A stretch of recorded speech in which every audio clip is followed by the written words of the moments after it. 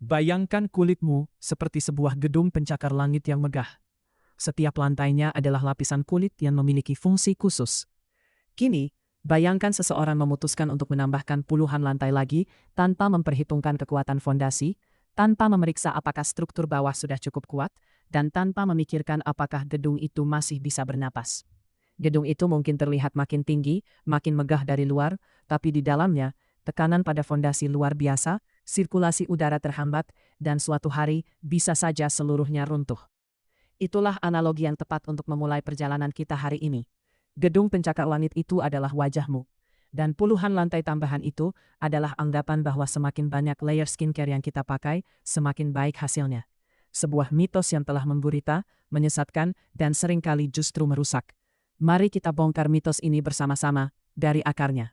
Asal-muasal anggapan ini sebenarnya adalah gabungan dari dua hal. Pertama, strategi pemasaran industri kecantikan yang cerdas. Semakin banyak produk yang kita beli, semakin banyak pula yang mereka untungkan. Kedua, ada benarnya juga bahwa kulit membutuhkan hidrasi dan nutrisi. Namun pesan awal yang baik, kulit butuh kelembapan dan perlindungan, berbelok menjadi dogma, lebih banyak selalu lebih baik. Kita melihat tutorial di media sosial yang menampilkan rutinitas 10 langkah, 15 langkah, bahkan 20 langkah. Dengan wajah yang terlihat seperti kanvas yang dilumuri puluhan warna. Kita tergoda. Kita berpikir, kalau orang itu hasilnya bagus dengan 12 produk, berarti kulitku butuh 15 produk biar lebih bagus. Tanpa kita sadari, kita telah mengubah wajah kita dari sebuah ekosistem hidup yang rapuh, menjadi medan perang bagi bahan-bahan kimia yang mungkin tidak akur satu sama lain. Mari kita masuk ke dalam kulit secara harfiah. Kulit kita memiliki lapisan terluar yang disebut stratum corneum atau sawar kulit. Fungsinya sangat krusial, menjaga kelembapan di dalam, mencegah iritan dan kuman dari luar, serta menjaga keseimbangan pH. Sawar kulit ini bukanlah tembok beton yang bisa ditumpuki apa saja. Ia lebih seperti tembok bata yang disatukan oleh semen khusus bernama lipids atau lemak alami kulit. Ketika kita mengaplikasikan terlalu banyak produk, terutama yang mengandung alkohol, pewangi sintetis, atau asam kuat secara beruntun, kita sebenarnya sedang mengikis semen alami itu. Kita membuat celah-celah di tembok pertahanan kulit. Awalnya, mungkin kulit terlihat kena efek, lebih cerah, lebih halus, karena ada efek exfoliation atau hidrasi instan. Tapi itu hanya ilusi. Dalam jangka panjang, sawar kulit melemah. Kulit menjadi kering, sensitif, mudah memerah, berjerawat, bahkan bisa mengalami dermatitis kontak. Jadi semakin banyak layer, belum tentu semakin baik. Bisa jadi, itu adalah jalan cepat menuju kulit yang bermasalah. Lalu bagaimana dengan urutan pemakaiannya? Mitos lain yang sering mengikuti adalah urutan harus dari yang paling encer ke yang paling kental. Ini ada benarnya, tapi sering disalahartikan. Prinsipnya adalah agar produk dengan molekul kecil, seperti essence atau serum yang mengandung bahan aktif, dapat menyerap lebih dulu ke lapisan kulit yang lebih dalam. Tapi jika kita memakai 8 serum berbeda dengan bahan aktif yang berbeda-beda, apa yang terjadi? Mereka tidak hanya bersaing menyerap, tapi juga bisa berinteraksi secara kimiawi di permukaan kulit atau di dalam pori-pori. Contohnya, menggunakan vitamin C, asam ascorbat, dan niacinamide bersamaan dalam konsentrasi tinggi tanpa dasar pengetahuan yang cukup bisa menimbulkan sensasi panas atau kemerahan bagi sebagian orang. Atau, menggunakan terlalu banyak produk yang mengandung asam, AHA, BHA, retinol secara berlapis akan membuat kulit terlalu lapuk dan kehilangan kemampuan regenerasi alaminya. Jadi layering yang sembarangan bukanlah optimasi, tapi eksperimen berisiko tinggi pada wajah sendiri. Kita sering lupa bahwa kulit memiliki batas penyerapan. Kulit hanya akan menyerap bahan-bahan yang dibutuhkannya dan dalam jumlah yang bisa ditangani. Sisanya hanya akan mengendap di permukaan, menyumbat pori-pori, atau justru menguap bersama kelembapan alami kulit. Transepidermal water loss yang meningkat. Pernahkah Anda merasakan wajah seperti mengambang, atau ada lapisan lengket yang tidak meresap meski sudah dipakai berjam-jam? Itu adalah tanda bahwa kulit Anda sudah menolak produk berlebih. Dan yang lebih parah, kita sering mengira kulit dehidrasi, lalu menambah produk pelembab lagi, padahal masalah utamanya adalah kulit kelebihan beban dan tidak bisa bernapas.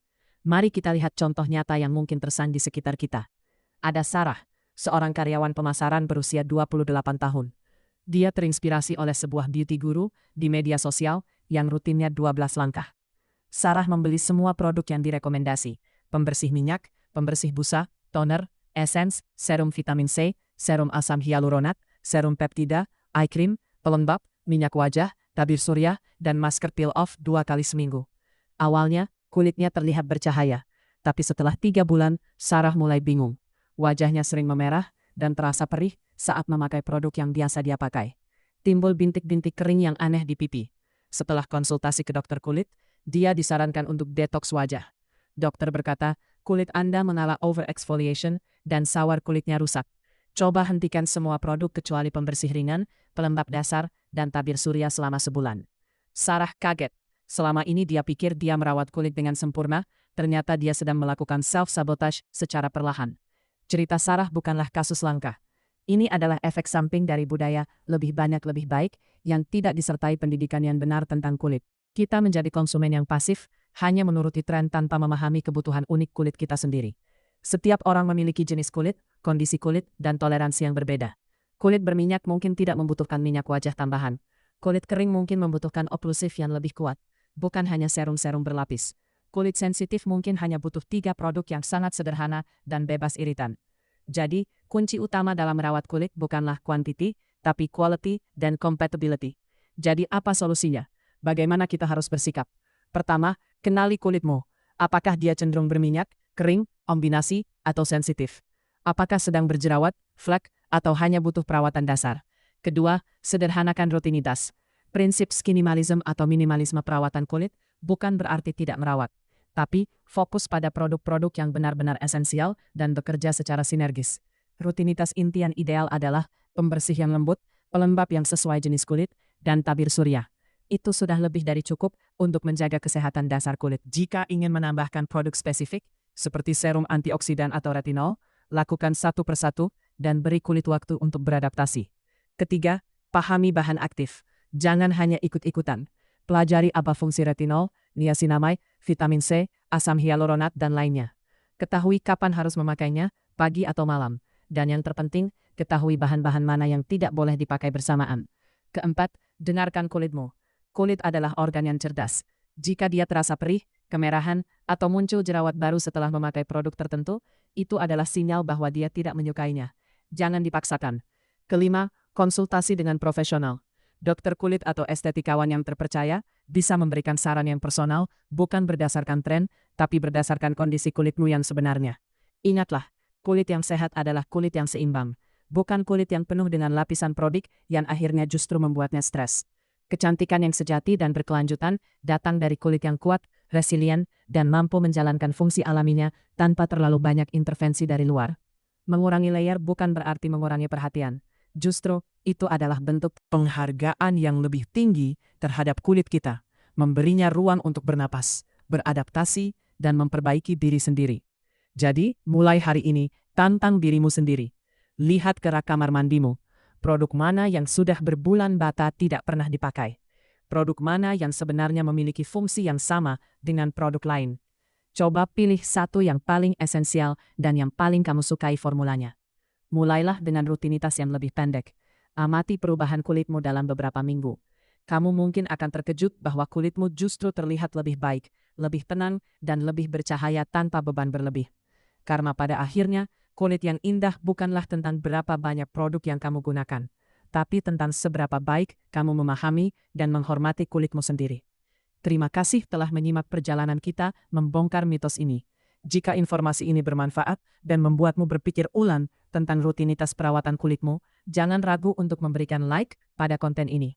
Jika kamu memiliki pengalaman serupa atau pertanyaan tentang produk tertentu, tuliskan di kolom komentar di bawah. Dan jika kamu merasa teman-temanmu juga perlu mendengar ini, share konten ini agar lebih banyak orang tercerahkan. Jangan lupa untuk subscribe dan nyalakan notifikasi agar kamu tidak ketinggalan konten-konten menarik dan faktual lainnya yang akan kita bahas bersama.